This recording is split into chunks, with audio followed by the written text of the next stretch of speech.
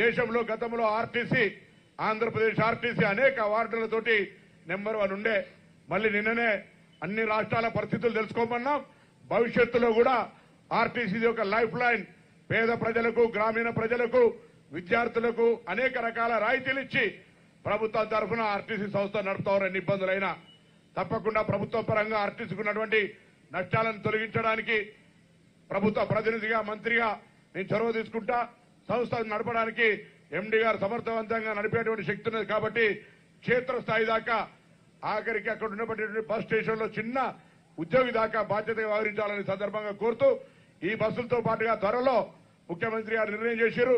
వారి చేతుల మీదుగా 1000 కాలుష్య రహిత నిర్మూలనకు సంబంధించి ఒక 1000 ఎలక్ట్రికల్ బస్సులు కూడా త్వరలో ప్రొక్యూర్ చేసుకోవాలని ముఖ్యమంత్రి గారు నిర్ణయం చేసినారు. వాటిని కూడా వీలైనంత త్వరలో ప్రొక్యూర్ చేసి ప్రజల సౌకర్యార్థం, ప్రజల